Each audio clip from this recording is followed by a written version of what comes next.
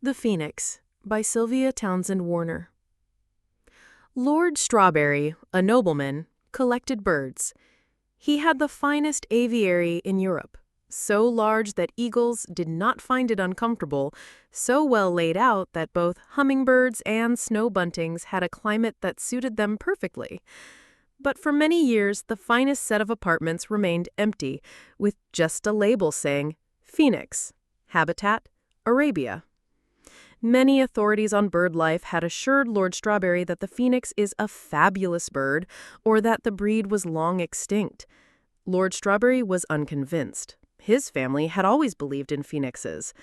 At intervals, he received from his agents, together with statements of their expenses, birds which they declared were the phoenix, but which turned out to be orioles, macaws, turkey buzzards dyed orange, etc., or stuffed crossbreeds, ingeniously assembled from various plumages.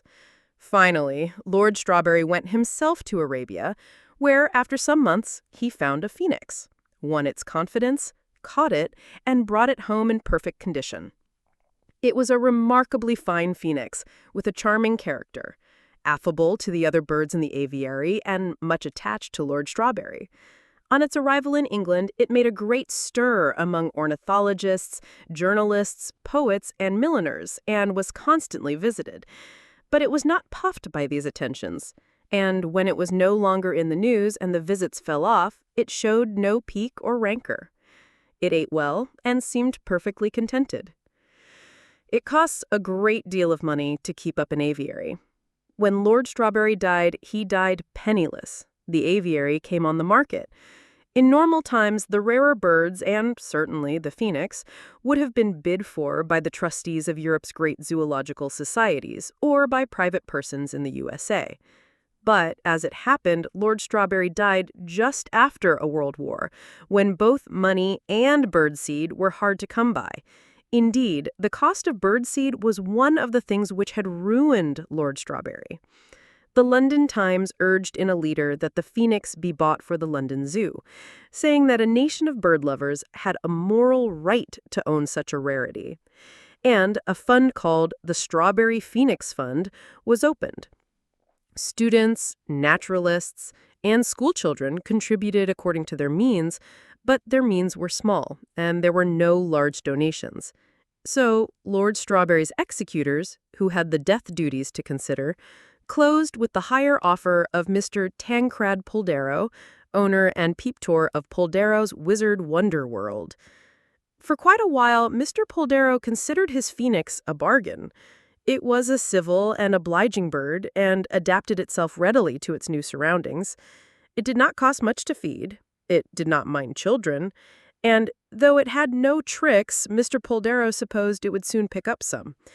The publicity of the Strawberry Phoenix Fund was now most helpful. Almost every contributor now saved up another half-crown in order to see the phoenix. Others, who had not contributed to the fund, even paid double to look at it on the 5-shilling days. But then business slackened. The phoenix was as handsome as ever and as amiable, but as Mr. Poldero said, it hadn't got oosh. Even at popular prices, the phoenix was not really popular. It was too quiet, too classical. So people went instead to watch the antics of the baboons or to admire the crocodile that had eaten the woman.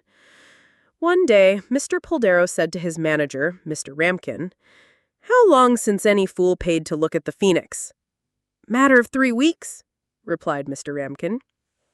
"Eaten his head off," said Mr. Poldero, "let alone the insurance. 7 shillings a week it cost me to insure that bird, and I might as well insure the Archbishop. The public don't like him. He's too quiet for them. That's the trouble. Won't mate or nothing. And I've tried him with no end of pretty pollies, ospreys, and Cochin Chinas, and the Lord knows what. But he won't look at them. Wonder if we could swap him for a livelier one," said Mr. Poldero. "Impossible. There's only one of him at a time." "Go on!" "I mean it. Haven't you ever read what it says on the label?" They went to the phoenix's cage. It flapped its wings politely, but they paid no attention. They read, "Pansy, Phoenix, Phoenixissima, Formosissima arabiana, this rare and fabulous bird is unique, the world's old bachelor, has no mate and doesn't want one. When old, sets fire to itself and emerges miraculously reborn, specially imported from the East. "I've got an idea," said Mr. Poldero. "How old do you suppose that bird is?" "Looks in its prime to me," said Mr. Ramkin. "Suppose we could somehow get him a light. We'd advertise it beforehand, of course, work up interest. Then we'd have a new bird, and a bird with some romance about it, a bird with a life story. We could sell a bird like that." Mr. Ramkin nodded. "I read about it in a book. You got to give them scented woods and whatnot, and they build a nest and sit down on it and catch fire spontaneous. But they won't do it till they're old. That's the snag." "Leave that to me," said Mr. Poldero. "You get those scented woods, and I'll do the aging." It was not easy to age the phoenix. Its allowance of food was halved and halved again. But though it grew thinner, its eyes were undimmed and its plumage glossy as ever. The heating was turned off, but it puffed out its feathers against the cold and seemed none the worse. Other birds were put into its cage, birds of a peevish and quarrelsome nature. They pecked and chivied it. But the phoenix was so civil and amiable that after a day or two, they lost their animosity. Then Mr. Poldero tried alley cats. These could not be won by manners, but the phoenix darted above their heads and flapped its golden wings in their faces and daunted them. Mr. Poldero turned to a book on Arabia and read that the climate was dry. "Aha," said he. The phoenix was moved to a small cage that had a sprinkler in the ceiling. Every night the sprinkler was turned on. The phoenix began to cough. Mr. Poldero had another good idea.